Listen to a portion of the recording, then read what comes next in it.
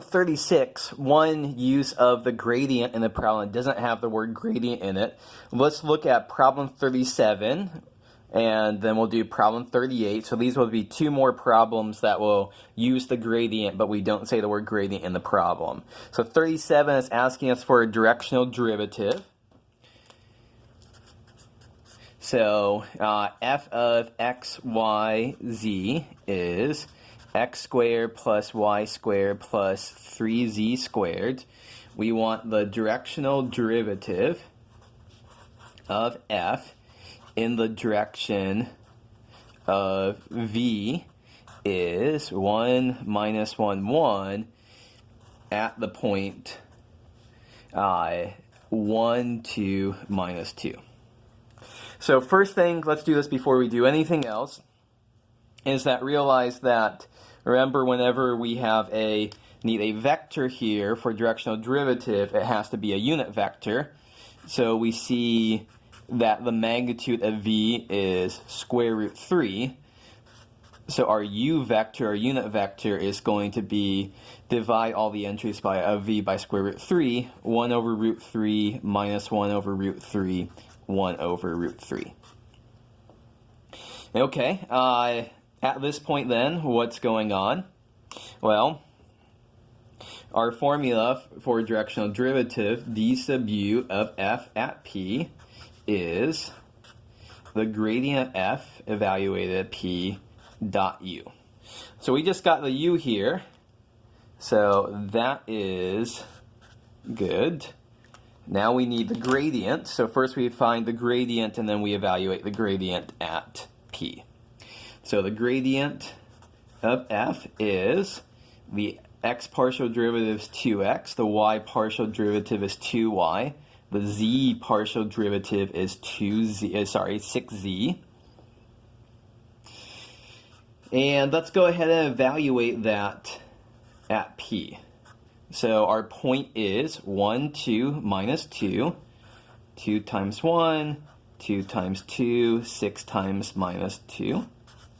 So our gradient is 2, 4, minus 12.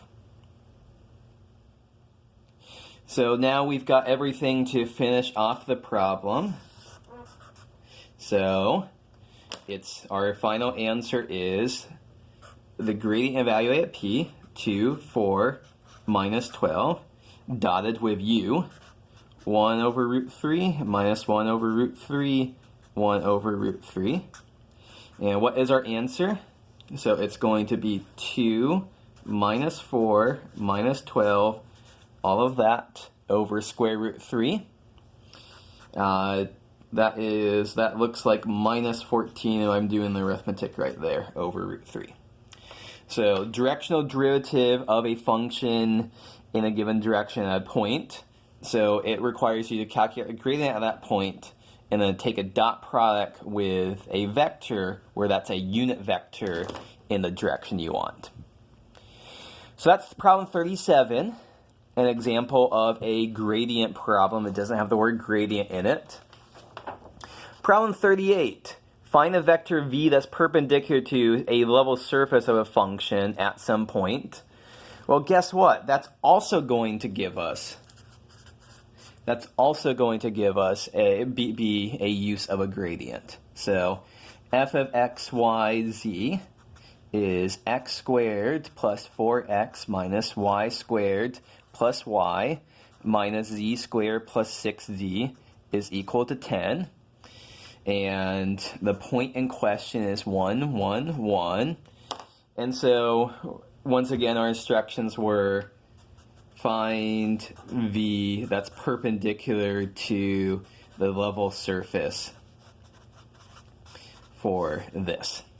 So note that this is the level surface for f of x, y, z is equal to a constant that makes it a level surface. It's all the points x, y, and z, such that when you plug them into x, y, and z, you get 10 as an output here. And so the important thing is that the gradient, just like for a function of two variables, the gradient is orthogonal, perpendicular to level curves. In 3 dimensions, for 3 variables, the gradient is perpendicular to level surfaces. So really all this is doing is asking us for, let's find the gradient of f. So the x derivative is 2x plus 4. The y derivative is minus 2y plus 1. The z derivative is minus 2z plus 6. And we should plug in p. And what do we end up with? So those are just setting x, y, and z, all of those equal to 1. So 2 times 1 plus 4 is 6. Minus 2 times 1 plus 1 is minus 1. Minus 2 times 1 plus 6 is plus 4. So the gradient here is 6 minus 1, 4. And in fact, that's an answer. That is our answer that we want. That is a vector that is perpendicular to the level surface here. So this is RV. Even though so we're done with this problem, the question didn't ask it, but I'm just going to insert it in right now, which is let's actually use this vector to come up with an equation of the tangent plane. So tangent plane, we have a vector here, 6 minus 1, 4. We have a point. So we said, what's the tangent plane equation? It's going to be 6 times x minus 1 minus 1 times y minus 1 plus 4 times z minus 1. That's equal to 0. So there is the question didn't ask it, but that's the tangent plane equation. Okay, so that's problems 37, 38. Combine that with 36. That is 3 different ways to use the gradient in solving problems. There's a 4th problem type that didn't appear on the sheet that's basically asking you for find a vector find a vector that's pointing in the direction of maximum increase of this function. And once again, the gradient does that for you. Okay, what's up next? Problem 39. Use the general chain rule here. So this should be straightforward enough. Let me get rid of that. So 39. So we're told that f of x, y, f is a function of x and y, x squared plus 3y squared. But we're told that x and y are themselves functions of s and t. X is 3s plus 2t. Y is s squared minus t squared. And so we are asked to find df ds in this problem. So we recall our chain rule formula. df dx dx ds plus df dy dy ds. We can always draw the picture. F depends on x and y depend on s and t. And so how can we get from f to s? df, we can go through x, df dx times dx ds, or we can go through y, df dy times dy ds. So now we just have to fill in the appropriate parts here. So what's going on here? df dx is the x derivative here is 2x. df dy, the y derivative here is 6y. dx ds is 3. And dy ds is 2s.